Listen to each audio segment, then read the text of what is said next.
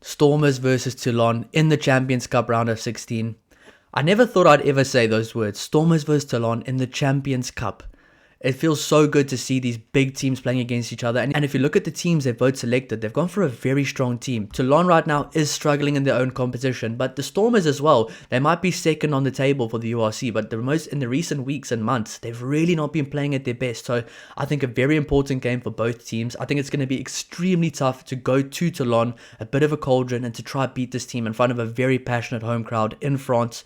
Now the Toulon team that's selected is very strong if you look at the names on the team sheet, but they just haven't been able to play as a squad really that well in the top 14, whereas the Stormers have chosen a very strong team, made a very key change in a very key position in the number 10 position, but that could honestly benefit them in this game. It really could. But looking at the Stormers team selected, they've gone for Oli Kebo at number 1, Andre Igufenta at number 2. He's been playing really well. He's been very solid with the set pieces. Number 3, Netling Fouchier, a very good player who's played for the Springboks before. Number 4, a bit of their bruising player, their physical dominant player, Andre Smith. Number 5, Connor Evans. Number 6, the informed Paul de Villiers. Number 7, Hachiva Diamani. And number 8, Ivan Roos.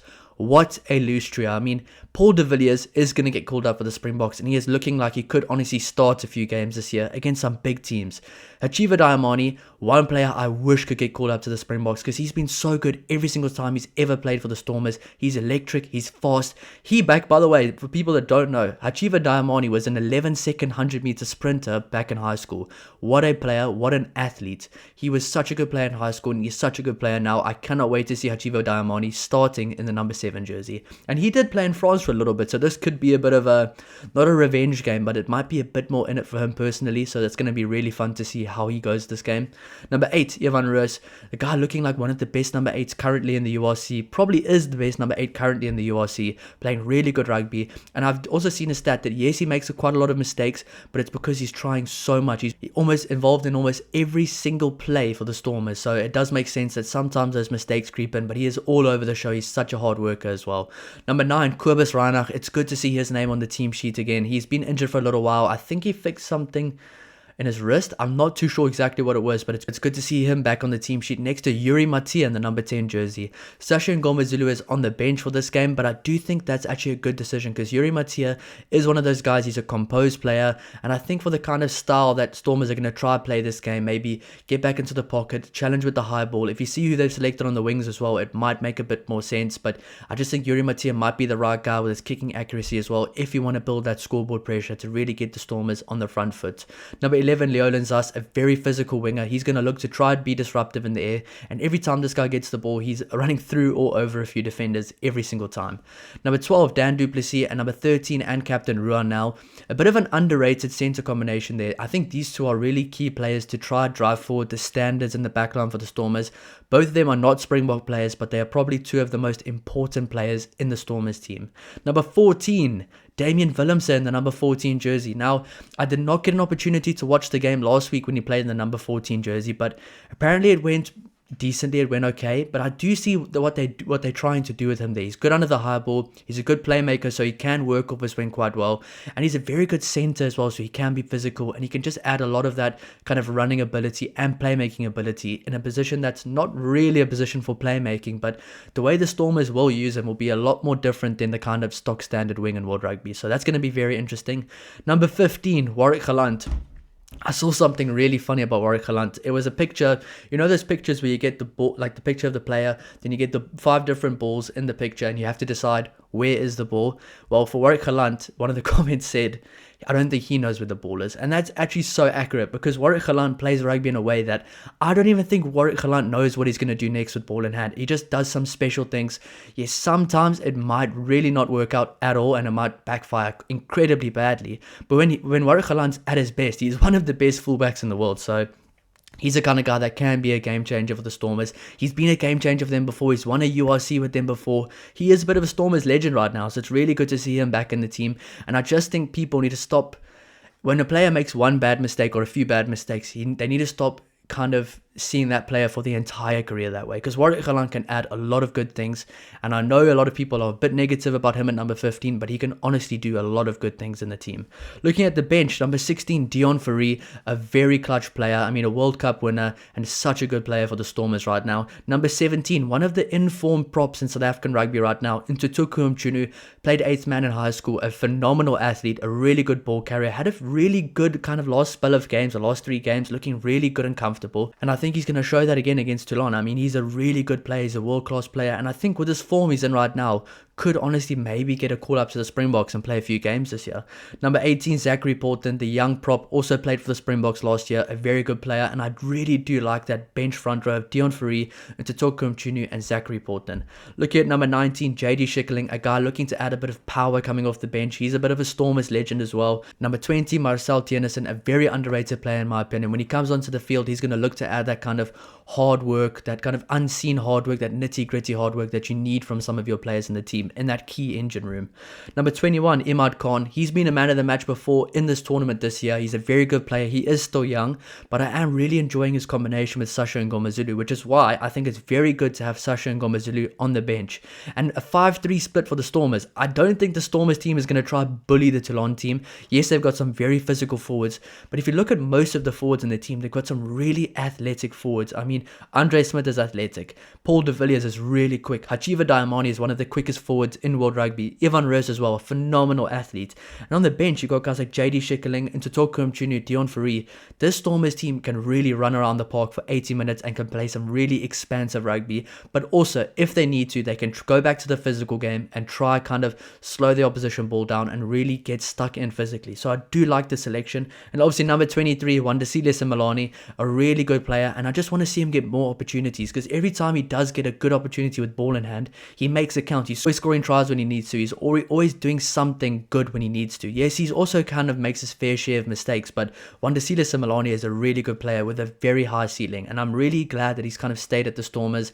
I was really upset when he left the Lions back in the day, because he was looking like a Springbok candidate. I mean, right out of high school, he was playing with Hachiva Diamani in high school. Those two were absolutely tearing it up together in high school. If you imagine those two really good athletes, really good ball players together on the same team with Tyron Green from the Harlequins, so that was a very good team. But Wandisile Simelane is a very good player, so I'm glad to see him on the team sheet, and he's the kind of guy that you can bring on with his footwork, with his pace, with his kind of playmaking ability, can really change the game for the Stormers as well. So Imad Khan, Sasha Ngomazulu, and Wandisile Simelane together can really be those key game changers if they need it on Saturday. So now looking at the Toulon team, they've gone for Gross at number 1, a very good player, and if you've been watching this channel for the Six Nations, you know I rate him extremely highly.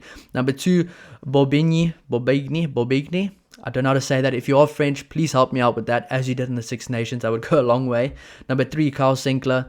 Number 4, Mizu. Number 5, Dave Ribbons. Number 6, Junior Kipoku. Number 7, Charles Olivon, a really good player for France. Number 8, Shioshvili. Number 9, Ben White. Number 10, Thomas Albanos. I mean, this is already looking like a bit of a star-studded team with a lot of good international players. Number 11, Tuisuvu. Number 12, Fresh. Number 13, Juan Ignacio Brex. Wow, that is a really good team already. Number 14, Galdrion. Number 15, Domon. Number 16, Lucchesi. Number 17, Danny Priso. Number 18, Gigashvili. Wow, that's a really good player there. Number 19, Javakia. Number 20, Halakhalu.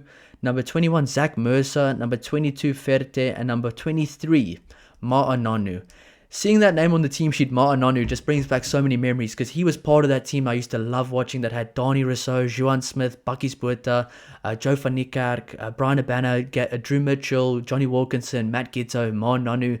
They even had Tuisova back in the day as well. I mean, that was such a good Toulon team, and he is a Toulon legend. To be fair, at the end of his career, where would you say, look, comment down below, where would you say Ma'ananu is more of a legend at? Is he more of a Hurricanes legend, or is he more of a Toulon legend? If you had to choose one, which one would you choose? Because for me, I may be leaning towards Toulon with the amount of years he spent there, the amount of wins he got, the amount of championships as well. But I don't know, he's done a lot of good things for the Hurricanes as well, but I think at Toulon he's done a lot of really good things as well. But Looking at the Toulon team, a really good team, full of stars, full of guys that honestly a few years ago were banging on the door for international rugby. I mean, Kyle Sinclair, Dave Ribbons, Zach Mercer, some really good players there. And they've got a really good mix of different international players. And I'm very excited about that 9-10 combination of Ben White and Thomas Albanaz. I literally yesterday posted my power rankings for the fly halves, for the best top 10 fly halves in world rugby. So if you guys do kind of enjoy those power rankings videos, go check out my channel. You'll see it there. I really did rate him quite high because he's a very good player. Both Ben White and Thomas Albanaz are in my top 10 9 and 10s in world rugby right now. So yeah, very good combination there. But what do I think is going to happen in this game? What is my prediction for this game? I know Toulon and these France teams, they really take pride in winning at home. They do not want to lose at home. It's almost an unspoken rule. You just don't lose at home. Even if you lose all your away games, you do not lose at home. And I think Toulon is going to adapt that same kind of mindset for this game. The crowd is going to be behind Toulon. But I think this Toulon team is really motivated to get their fans back in their corner. But because recently they haven't been playing at their best, they've not been kind of having the same success that they've had in previous years. And this could be the game where they can try get that back. But that being said, I honestly thought the Stormers weren't going to select their best team, but from the team that they have available, they've chosen their best available players and they are looking really strong.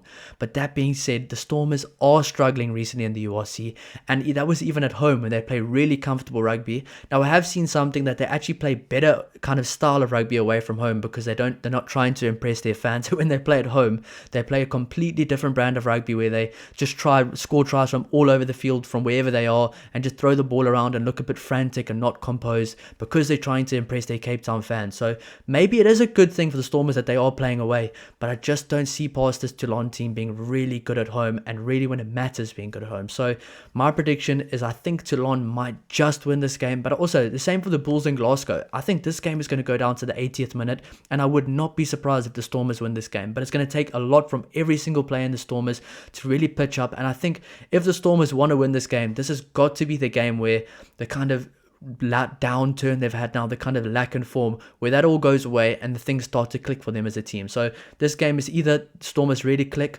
or they lose, and it's a bit more of a worry for them going forward. So for me, I think Toulon is going to win this game. I don't think it's going to be a very big win. I think it's going to go down near the 80th minute. Let me know your predictions down in the comments. I think it's going to be such an entertaining game.